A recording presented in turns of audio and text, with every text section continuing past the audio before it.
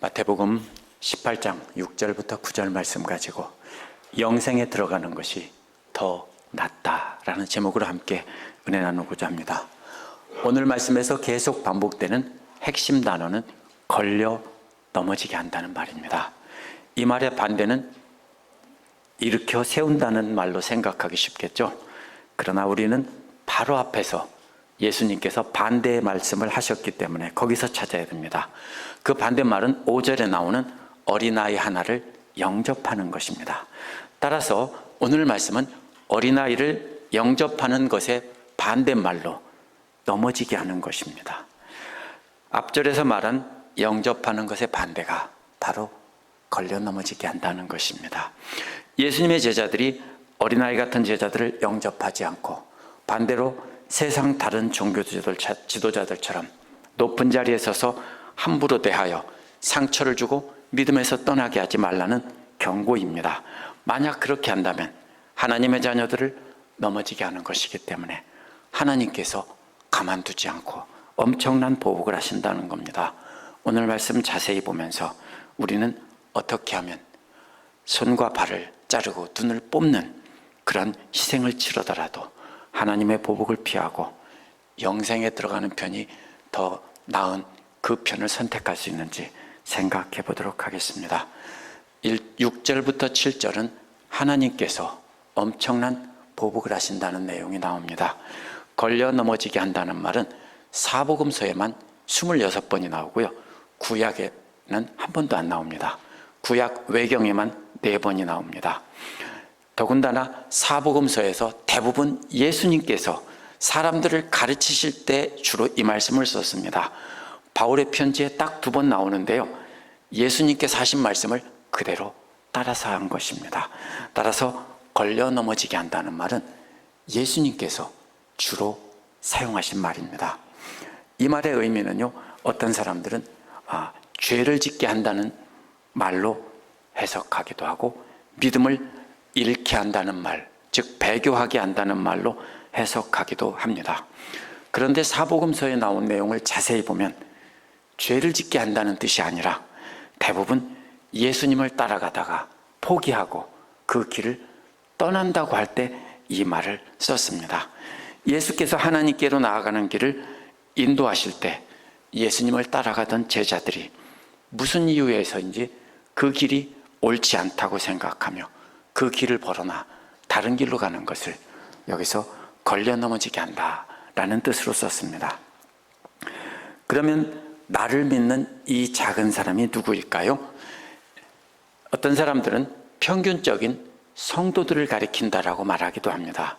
그러나 이 말은 또 믿음이 어린 성도들을 말한다고 말하기도 합니다. 무슨 의미인지 알기 어려울 때는요, 제일 먼저 전후 문맥에서 찾아야 됩니다. 성경 전체에서 일반적인 뜻을 보기보다는요, 전후 문맥을 봐야 됩니다. 나를 믿는 이 작은 사람이란 5절에 나온 어린아이라는 말을 다른 말로 바꾼 겁니다. 그러면 5절에 나온 어린아이는 진짜로 어린아이가 아니라 예수를 믿는 사람 중에 아직 믿음이 연약하고 사회적인 지위로 볼 때도 무시당할 만한 그런 존재를 뜻하는 겁니다. 우리가 성경을 해석할 때 어린아이 같은 믿음 하면은 순수한 믿음이라고 생각하는데요, 대부분 잘못 해석하는 겁니다. 어린아이처럼 낮고 겸손해서 나는 아무것도 아니다 라고 생각하고 또 그렇게 무시당하며 참고 견디는 것이 바로 성경에서 예수님께서 말하는 어린아이 같은 믿음이라는 뜻입니다. 그렇다면 나를 믿는 이 작은 사람 하나도요, 일반적인 성도라기보다는 믿음으로 보나 사회적 지위로 보나 고대 이스라엘의 어린아이와 같이 아무것도 아닌 존재를, 무시당하는 존재를 가리키는 말입니다. 따라서 이런 사람 하나를 넘어지게 한다는 것은요, 세상 사람들처럼 그렇게 세상에서 무시당하는 믿음의 형제를 넘어지게 한다는 뜻입니다. 5절에서 말씀하신 어린아이처럼 교회 안에서 무시당하는 사람들의 종이 돼서 그들의 신발을 벗겨주고 발을 서는 자리에 서지 않아서 그들이 믿음에서 떠나게 하는 것이 바로 이 작은 사람 하나를 넘어지게 한다는 뜻입니다. 만약 그렇게 한다면 차라리 그 목둘레에 큰 맷돌을 달고 깊은 바다에 빠지는 것이 낫다라고 했습니다. 여기서 이 맷돌은 우리가 어릴 적에 보던 그런 맷돌이 아닙니다. 이것은 최소한 지름이 1m 이상이 되는 커다란 연자 맷돌이고요. 나귀가 돌리는 것입니다. 바닥에는 큰 돌로 움푹 패인 곳이 있고 그 위에 바퀴처럼 커다란 연자 맷돌을 놓고 중심에 막대기를 놓아서 소나 나귀를 매달아 놓으면 그들이 빙빙 돌면서 곡식을 가는 것입니다. 한번 상상해 보십시오. 이건 상상할 수가 없는 노릇입니다. 목에 그 큰 맷돌을 자기 몸보다 얼마나 무거울까요? 하여튼 10명이 들어도 들기 어려울 정도로 아주 커다란 돌을 목에다 매달고 깊은 바다에 빠지는 것보다 하나님의 보복이 훨씬 더 무섭다는 뜻입니다. 깊은 바다라는 말은요, 그냥 깊은 바다라는 뜻이 아닙니다. 이거는요, 바다 중에서도 아주 특별히 깊은 곳이라는 뜻입니다. 그렇기 때문에 배에 태워서 멀리 나가서 먼 바다에 나가면 아주 깊은 곳에 이르게 됩니다. 그 중에서도 특별히 깊은 해구나 해연 같은 곳을 뜻하는 말입니다. 사람의 능력으로는 헤엄쳐 들어갈 수 없는 아주 깊은 곳입니다. 과학기술이 발달한 오늘날에도 깊은 바다는 여전히 사람들이 접근할 수 없는 곳입니다. 제가 찾아봤습니다. 잠수함 타고 내려가면 얼마나 내려갔나 했더니 최고 150m까지 내려갈 수 있답니다. 최신 핵잠수함을 타면 500에서 700m까지 내려갈 수 있다고 합니다. 근데 깊은 바다는 얼마나 됩니까? 10,000m가 넘죠. 특별히 깊은 바다, 마리아나 해구 같은 이런 데는 10,000m가 넘습니다. 그래서 깊은 바다는 아직도 오늘날 과학기술로도 함부로 접근할 수 없는 곳입니다. 따라서 이렇게 깊은 바다에 거대한 맷돌 윗짝에 매달고 던져진다면 아무도 건져 올릴 수 없다는 뜻입니다. 이것은 바로 로마인들이 흔히 내리던 무서운 형벌입니다. 아주 중한 죄인을 커다란 돌을 매달아서 배를 타고 큰 대양에 나가서 아주 깊은 바다에 던지는 겁니다. 그러면 이것은 십자가형보다 더 무서워했습니다. 우리가 언뜻 생각할 때는 십자가형이 최고 무서운 형벌인 것 같죠? 근데 유대인들은 바다에 빠지는 것을 더 무서워했습니다. 어떤 걸 택하겠습니까? 저 같으면 바다에 빠지는 게 낫다라고 생각하겠습니다. 왜냐하면 몇 분 안에 죽기 때문입니다. 근데 유대인들은 며칠 동안 고통당하는 십자가형이 더 낫다라고 생각했습니다. 이해가 됩니까? 이거는 예레미야나 구약에 나오는 것을 찾아보면 알 수 있습니다. 아주 무서운 형벌을 장사 지내지 못하고 들에 버려져서 들짐승이나 날짐승에게 먹히는 형벌이 나옵니다. 그거를 최고 무서운 형벌로 여깁니다. 왜냐하면 장사를 지내지 못하는 것은 아주 수치스러운 것이고 저주를 받은 것에 해당하기 때문입니다. 그런데 들짐승이나 날짐승에 먹히는 시체는 그래도 낫습니다. 나중에라도 그 뼈라도 거두어서 장사를 지내줄 수 있기 때문입니다. 그런데 깊은 바다에 빠진 시체는 아무도 찾을 수 없습니다. 유대인들은 바다는 악을 상징하는 곳입니다. 그리스 로마 세계에서도 바다는 악을 상징하는 아주 두려운 곳입니다. 그래서 유대인들은 그 악을 상징하는 그곳에 영원한 빠져 있는다는 것은 영원한 저주에 빠진다는 것이기 때문에 십자가형보다 훨씬 더 무서워했습니다. 그래서 바로 하나님의 자녀들을, 연약한 자녀들을 건드리면 하나님께서 보복하시는데, 당시 유대인들이 최고 무서워하는 무거운 돌을 매달고 먼 바다에 나가서 깊은 바다에 던지는 것보다 훨씬 더 무서운 보복을 하신다, 이런 뜻입니다. 물론 과장법이고요. 하나님께서 내리시는 형벌이 얼마나 무서운지를 깨닫게 하기 위해서 비유로 말씀하신 겁니다. 7절은 화가 있다는 말로 시작합니다. 화가 있다는 말은 깊은 바다에 던져지는 것보다 더 무서운 지옥에 떨어지는 영원한 저주가 있다는 뜻입니다. 그런데 예수께서는 제자들에게 화가 있다고 하지 않고 세상에 화가 있다고 했습니다. 예수께서 말씀하시는 세상이란 하나님을 믿지 않는 모든 이방 세계가 아니라 하나님을 믿는다던 유대 사람들을 가리키는 겁니다.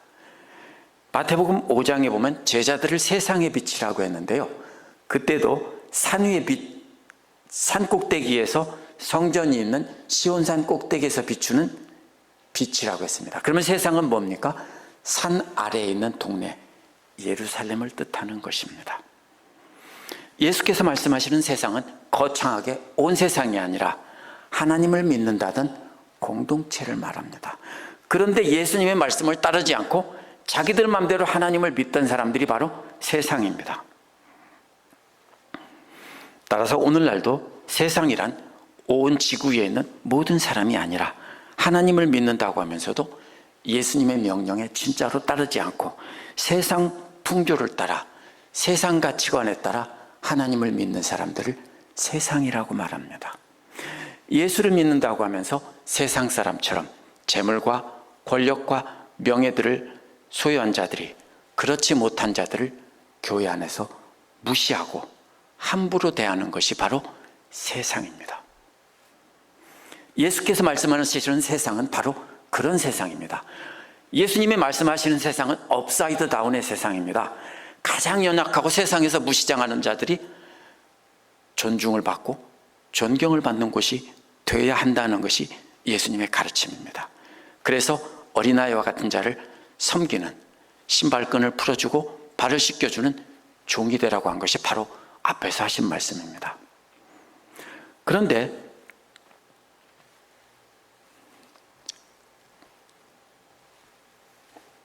바로 그 당시에 대부분의 유대인들은 그렇게 하지 않았습니다. 낮은 자를 섬기는 종이 되라는 가르침은요, 당시 유대인들에게는 절대로 이해가 되지 않는 가르침입니다. 당시 유대교도서나 세상 모든 종교에서 높은 자가 낮은 자들 위에 서서 섬김을 받는 것이 당연하다고 생각했습니다. 그래서 모두가 다 섬김을 받으려고 하고, 제자들도 세상에서 비록 낮은 사람이지만 교회에서 예수님을 열심히 따라다니다 보면 높은 자리에 서게 되고 교회에서만큼은 존경을 받는 자리에 선다고 생각했습니다. 그래서 제자들이 누가 높으냐고 자리 다툼을 했던 것입니다. 제자들도 예수님 부활하기 전까지 계속 그렇게 살았습니다. 그래서 예수님이 아무리 섬기라고 해도 끝까지 못 알아들었습니다. 왜냐하면 유대교의 가르침이나 당시 세상 모든 가르침이 그랬기 때문입니다. 그러나 예수님의 이런 가르침은요, 세상 질서를 완전히 뒤집는 아주 급진적인 가르침입니다. 진정 하나님을 믿는 사람이라면 높은 자가 낮은 자의 신발을 벗겨주고 발을 씻겨주는 종이 되어야 한다고 하신 겁니다. 낮은 척하고 내가 높으니까 내가 너를 섬겨줄게 라는 것이 아닙니다. 실제로 그런 사람들의 종이 되라는 겁니다. 믿음 안에서는요. 믿는 자들은 다른 유대인들이나 세상 종교인들처럼 그렇게 해서 어린아이처럼 무시당할 만한 아무것도 아닌 성도들을 하대해서 넘어지게 한다면 당시 세상과 마찬가지로 영원한 지옥에 떨어진다고 경고하신 겁니다. 그래서 제자들과 예수님을 따르는 사람들에게 말씀하시면서 세상에 화가 있다라고 하신 겁니다. 걸려 넘어지게 하는 일이 없을 수 없다라고 했는데요, 이 말은 이런 뜻입니다. 걸러 넘어지게 하는 일은 반드시 필요하다라는 뜻입니다. 이게 무슨 뜻입니까? 유대교 공동체나 다른 이방 종교를 믿는 사람에게는 반드시 일어난다는 것입니다. 왜냐하면 예수님의 가르침을 받던 제자들 무리 이외에는 모두가 다 낮은 자를 섬기지 않는 것을 당연하게 여겼습니다. 따라서 타락한 세상의 속성 때문에 앞으로 반드시 낮은 자를 넘어지게 하는 것은 피할 수가 없다. 반드시 있을 것이다. 어디 가나 있을 것이다. 이런 뜻입니다. 세상 끝날까지 예수님의 제자들의 공동체에서는 낮은 자를 섬기지 않는 일이 반드시 있을 것이다, 이런 뜻입니다. 오늘날도 있습니다. 그러나 넘어지게 하는 일이 생기게 하는 그 사람에게는 저주가 있다는 것입니다. 예수께서는 막연한 일에 대해 이러한 무시무시한 비유를 하시는 것이 아닙니다.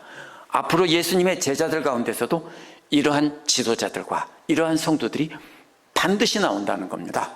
계속해서 주님 다시 오실 때까지 반드시 나온다는 겁니다. 기독교가 세속화되면서 기독교 역시 다른 세상 종교들처럼 많이 알고 믿음이 깊은 사람들은 존경받는 자리에 서서 낮은 자들을 함부로 대하게 된다는 것입니다. 반드시 그렇게 된다는 겁니다. 앞으로 반드시 그렇게 될 것이니 그런 지도자가, 그런 성도가 되지 않도록 조심하라는 뜻입니다. 하나님의 어린 자녀들을 함부로 대해서 믿음에서 떠나게 한다면 그들의 아버지가 누굽니까? 하나님입니다. 내 새끼 건드려? 그러면 가만두지 않으신다고, 그래서 최고 무서운 벌로 보복하신다는 것이 오늘 예수님의 말씀입니다. 이 말이요, 무서운 경고인 것 같지만 반대로 생각하면 정말 놀라운 축복의 말씀입니다. 세상 사람 보기에 우리가 아무것도 아닌 것 같고 낮고 보잘것없는 존재이기 때문입니다. 혹시 대단한 분 계세요? 저는 대단한 사람이 아니에요.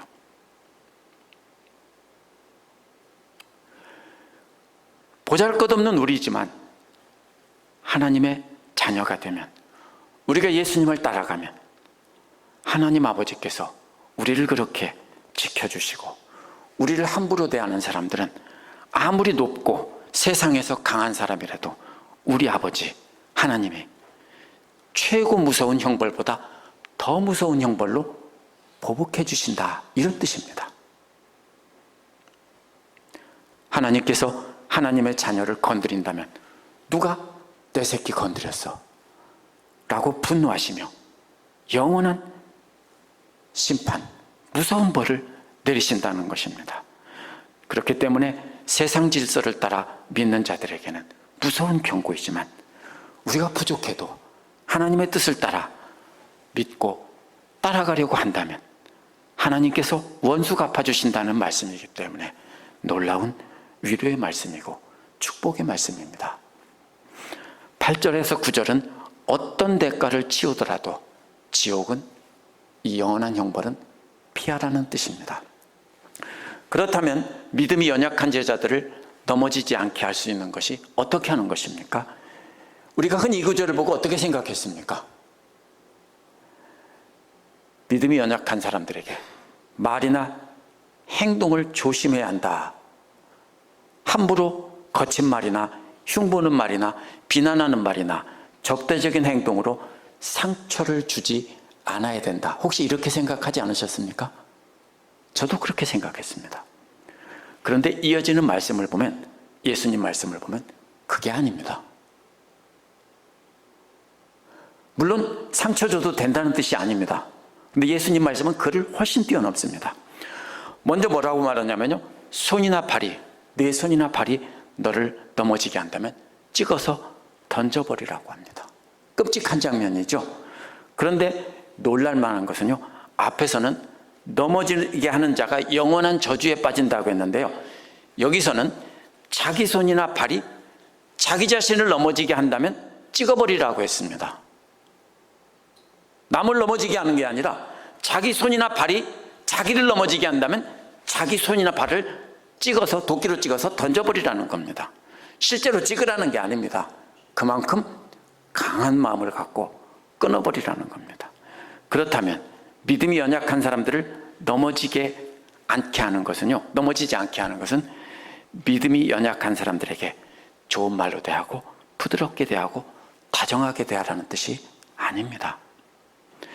믿음이 연약한 사람들에게 본을 보여야 하는데 본보기가 되지 못하면 그들이 우리를 보고 넘어지기 때문에, 그래서 먼저 네가 넘어지면, 우리가 넘어지면 우리를 보고 따라오는 사람이 넘어지기 때문에 먼저 자신이 걸려 넘어지지 말아야 된다는 겁니다. 그러므로 연약한 사람들을 넘어지지 않게 하는 것은 연약한 사람들을 위해 특별한 일을 하고 그들을 잘 섬기라는 뜻이 아니라 자신이 먼저 넘어지지 말아야 한다는 것입니다. 손을 자르는 것은 도둑에게 내리는 형벌입니다. 도둑은 손을 잘랐습니다. 자신의 탐욕을 채우기 위해 하는 모든 행동은 바로 손으로 자신을 넘어지게 하는 것입니다. 예수님을 믿고 따라간다는 사람은 세상 사람들처럼 자신의 욕심을 채우기 위해 자신의 손으로 일한다면 그것이 바로 하나님 것을 도둑질하는 것이라는 뜻입니다. 그럴 때에는 하나님을 위해 일하지 못하게 하는, 그리고 자기 욕심만 채우게 하는 그 도둑질하는 그 손을, 한 손을 자기 손으로 도끼를 들고, 어느 손을 자를까요? 오른손잡이라면 오른손을 자르는 것이고 왼손잡이라면 왼손을 자르는 겁니다. 잘라버리라는 겁니다. 또 발을 자르는 것은 도망간 노예에게 하는 말입니다. 벌입니다. 구약 성경에서 발로 걸어간다는 말은 항상 반복된 생활 습관, 반복해서 행하면서 살아가는 일상 생활 습관을 걸어가는 길로 비유했습니다. 자기 욕심을 채우는 삶이 아니라 하나님 기뻐하시는 일을 하면서 인생길을 걸어가야 하는 것입니다. 믿는 자들은 하나님의 종이기 때문에 하나님께 매여서 하나님 원하시는 길로 따라가야 하는 것입니다. 우리는 사랑의 줄로 하나님께 매여 있습니다. 그래서 하나님께서 끌고 가시면 그 길을 따라가야 하는 것입니다. 그런데 우리는 하나님 말씀이 우리를 속박한다고 생각하고 그것을 끊어버리고 우리가 원하는 길로 간다면 그것이 바로 도망친 노예입니다. 그러면 어떻게 됩니까? 발을 도끼로 자르는 벌을 자기에게 내려서라도 다시는 자기 뜻에 따라 살지 말고 하나님의 뜻에 따라 살아가라는 겁니다. 손은 일상생활에서 하나하나 하는 일을 말하지만 발은 삶 전체에서 어느 쪽을 향해서 걸어가느냐 하는 것을 말하는 것입니다. 그러면 손이나 발을 잘라서 한 손이 없거나 한쪽 다리가 없는 불구자로 살면서 생명에 들어가는 것이 두 손 두 발을 가지고 영원한 불에 들어가는 것보다 낫다는 것입니다. 생명이란 영원한 하나님 나라에 들어가는 종말론적인 영원한 축복을 뜻합니다. 반대로 영원한 불이란 종말론적인 영원한 심판을 뜻합니다. 이렇게 손과 발은 실제로 하나님 것을 도둑질하고 하나님에게서 도망쳐 나온 노예의 손과 발을 자르는 비유로 말씀하신 겁니다. 이것은 이미 행동으로 옮긴 죄는 다시 반복하지 않도록 분명한 회개를 하라는 비유이고 다시는 하지 못하게 하라는 뜻입니다. 이미 행한 것. 그러나 9절에서 눈은 아직 행동으로 옮기지 않은 죄이지만 하고 싶어 하는 것입니다. 하와가 선악과를 따먹을 때 먼저 뭘로 봤습니까? 눈으로 보는 겁니다. 따라서 눈은 뭐냐면요, 손과 발이 아니라 앞으로 손과 발로 행하고 걸어갈 그것을 가고 싶다라고 하고 싶다라고 바라보는 그 눈입니다. 아직 행하지는 않았지만, 아직 걸어가지는 않았지만 앞으로 손으로 갖고 싶거나 앞으로 걸어가고 싶은 그 길을 바라보는 눈입니다. 어떤 사람들은 이것이 눈으로 보는 것은 성적 만족을 느끼는 관음증이라고 해석하는데요. 그렇게 해석하면요, 손과 발과 눈으로 이어지는 세 개의 점층법, 점점 더 강한 느낌을 말하는 점층법이 깨져버립니다. 그런 뜻이 아닙니다. 구약에서 항상 쓰는 방법입니다. 이것은 가장 먼저 나온 손은 자기 탐욕을 위해서 일하는 손입니다. 발은 그렇게 탐욕으로 일하는 것이 습관화되어 있으면서 계속해서 살아가는 것을 인생의 방향을 말합니다. 눈은요, 아직 걸어가지 않았지만 바라보면서 그렇게 가고 싶어하는 그 목표로 삼고 있는 그 인생의 목표입니다. 그렇게 눈이 탐욕을 일으키게 해서 범죄하게 한다면 눈을 뽑아서 던져버리라는 겁니다. 그래서 한 눈으로 생명에 들어가는 것이 두 눈을 가지고 지옥에 들어가는 것보다 낫다라고 하셨습니다. 8절에서는 영원한 불이라고 했는데 9절을 보면 원어에서는 게헨나의 불입니다. 게헨나는 예루살렘 남쪽에 있던 흰놈의 골짜기를 말합니다. 거기에서는 동물의 시체나 범죄자들의 시체를 계속 태우던 곳인데요.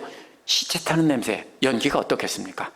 깊은 골짜기에 항상 연기가 자욱하고 시체 타는 냄새가 나면서 아주 더럽고 무섭고 저주받은 장소와 같은 곳으로 지옥불의 상징으로 쓰이는 말입니다. 그래서 이 흰놈의 골짜기 게헨나의 불은요, 지옥불을 상징하는 그런 상징적인 말로 쓰였습니다. 8절에서는 영원한 불이라고 한 것을 9절에서는 게헨나의 불이라고 말을 바꾸어 다시 설명한 겁니다. 그러나 믿음이 연약한 사람을 넘어지게 하는 것은 믿음이 연약한 사람에게 죄를 짓는 것이 아니라고 했습니다. 앞서 제자의 길을 걷고 있는 사람이 세상 사람과 똑같이 자기 욕심에 따라 살아가는 본을 보인다면 믿음이 연약한 사람들은 그것이 믿음인 줄 알고 보고 그대로 따라온다는 뜻입니다. 그게 바로 넘어지게 하는 겁니다. 믿음이 연약한 사람들은 우리가 행하는 것과 걸어가는 길과 바라보는 것을 보고 그대로 따라오면서 그것이 옳다라고 생각합니다. 저도 믿음이 연약할 때 앞서서 믿는 집사님들, 장로님들, 목사님들을 바라보고 그대로 배우며 따랐습니다. 제가 성경을 심각하게 읽고 공부하기 전까지는요. 사람들이 말씀 듣고 배웁니까? 교회 나오면요. 아니에요.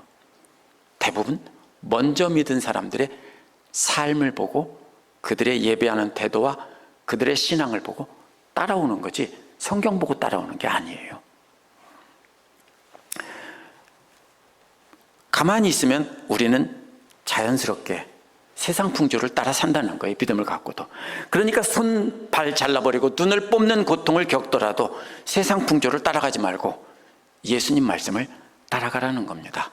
세상 풍조의 핵심이 뭡니까? 이기심입니다. 이기심 때문에 끊임없이 경쟁하며 시기와 질투로 다른 사람을 넘어뜨리고 앞서가려고 합니다. 드라마를 보나 영화를 보나 역사를 보나 인간의 실제 삶을 보나 항상 뭐가 나옵니까? 시기와 질투와 경쟁. 거기서 이긴 사람은 성공한 사람이고 진 사람은 실패한 사람 취급합니다. 그게 세상입니다.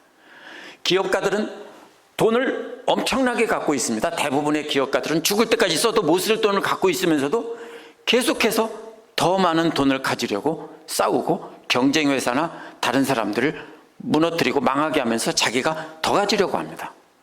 정치가들은 어떨까요? 이미 충분히 높은 자리에 있는데도 더 높은 자리에 오르려고 싸웁니다. 시기하고 심지어는 죽이기까지 합니다. 학자들은 안 그런 줄 알았는데요. 학자들도 똑같습니다. 서로 더 뛰어난 논문을 써서 자기가 더 높은 명예를 얻으려고 부적절한 경쟁을 하고 경쟁사회를 상대를 미워하고 시기와 질투와 온갖 모략을 써서 상대를 누르려고 합니다. 그게 세상입니다. 세상은 다 그렇게 시기와 질투와 경쟁심으로 살아갑니다. 열심히 일해서 돈 버는 게 나쁘다는 뜻이 아닙니다. 열심히 일해서 직장에서 승진하고 또 공무원이나 이런 사람이라면 높은 자리에 오르는 것이 잘못된 게 아닙니다.